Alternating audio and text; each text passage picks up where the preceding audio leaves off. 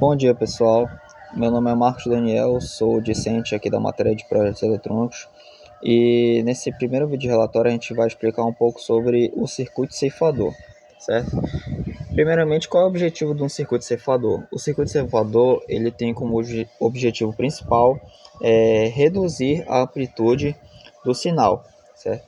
E quais são os componentes que a gente tem nesse circuito ceifador? A gente tem os diodos, a gente tem os resistores, as fontes de sinal e as fontes DC que vão servir para colocar uma certa tensão de ganho, certo?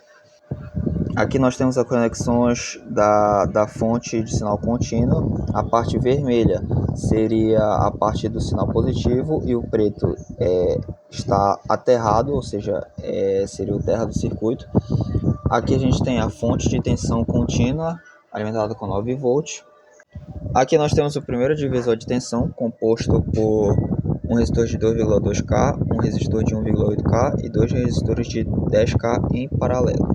Já neste outro divisor de tensão nós temos um resistor de 1,2K, um resistor de 6,8K e dois resistores de 1K em série. Eu configurei meu divisor de tensão para ter saídas respectivamente de 4 volts para o ceifador positivo e 1,2 volts aproximadamente para o ceifador negativo. Aqui onde eu estou colocando meu dedo são os fios que representam a saída desses divisores de tensão. O fio verde representa a saída com 4 volts e o fio branco representa a saída com 1,2 volts.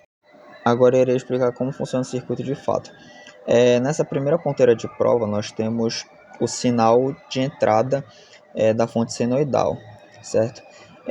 Temos o resistor RS, que é o resistor de entrada, no valor de 100K, para proteção dos diodos. E logo em seguida nós temos os diodos na configuração antiparalela, ou seja, um diodo vai conduzir corrente com sinal positivo e o outro diodo vai conduzir corrente com sinal negativo. Na parte de cima nós temos outra ponteira de prova que vai medir o sinal de saída, que já vai estar cortado pelo circuito ceifador. E ali no canto esquerdo superior nós temos o aterramento do circuito, certo? Aqui nós temos a fonte de tensão sinoidal. A gente primeiramente configurou essa fonte com o valor de 100 Hz de frequência, uma amplitude de 3 volts pico a pico e uma tensão offset de 3 volts. Aqui eu vou estar medindo as amplitudes mínima e máxima da fonte senoidal no osciloscópio. A gente percebe que existe uma pequena diferença nas amplitudes mínima e máxima de acordo com aqueles valores que a gente colocou na fonte. Era para estar dando a amplitude mínima um valor de 1,5 volts, porém estava dando um valor próximo de 1,3, 1,2.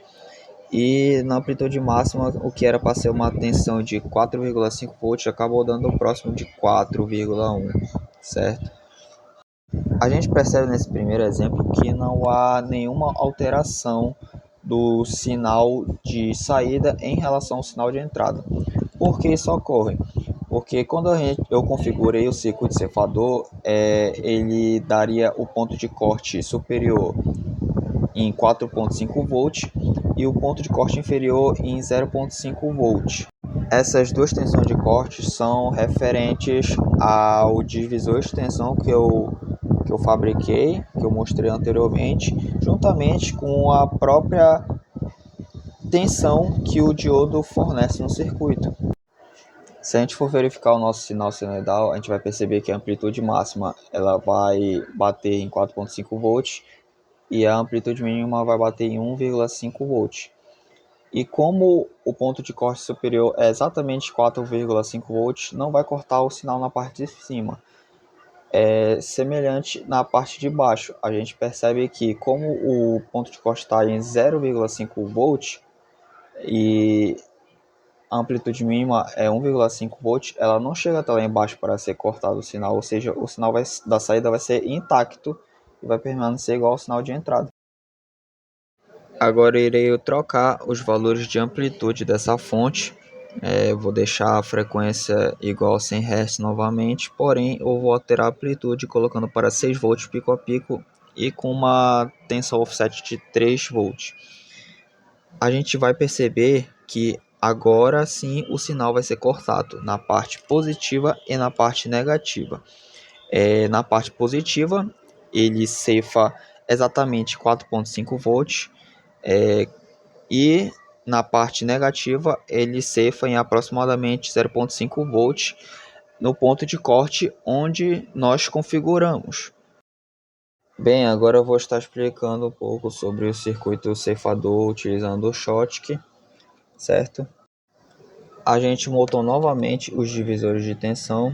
O primeiro divisor de tensão eu mantive do experimento anterior para fazer um ganho de 4 volts, e no segundo divisor de tensão eu fiz umas alterações.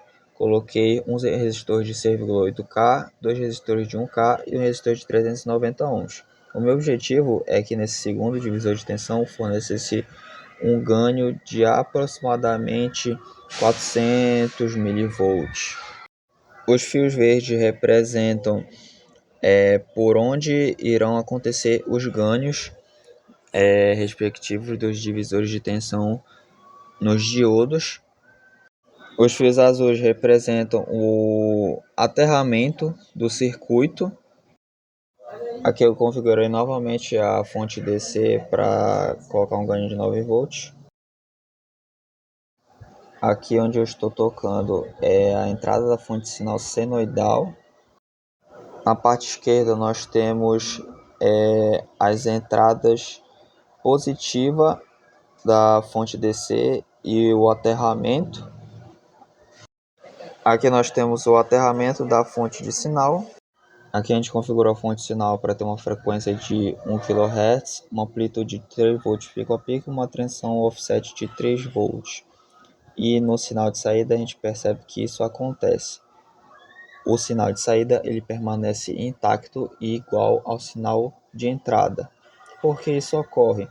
Porque, de acordo com as configurações que eu montei dos divisores de tensão, juntamente com a tensão de ganho do diodo, as tensões de cortes superior e inferior são respectivamente 4,5 e menos 0,3 volts. E como a amplitude máxima ela bate exatamente 4,5 volts, não há o corte na parte inferior. E como a amplitude mínima do sinal de saída ela ocorre em 1,5 volts, ela não atinge o ponto de corte inferior, que é menos 0,3, ou seja, o sinal de saída ele permanece igual ao sinal de entrada.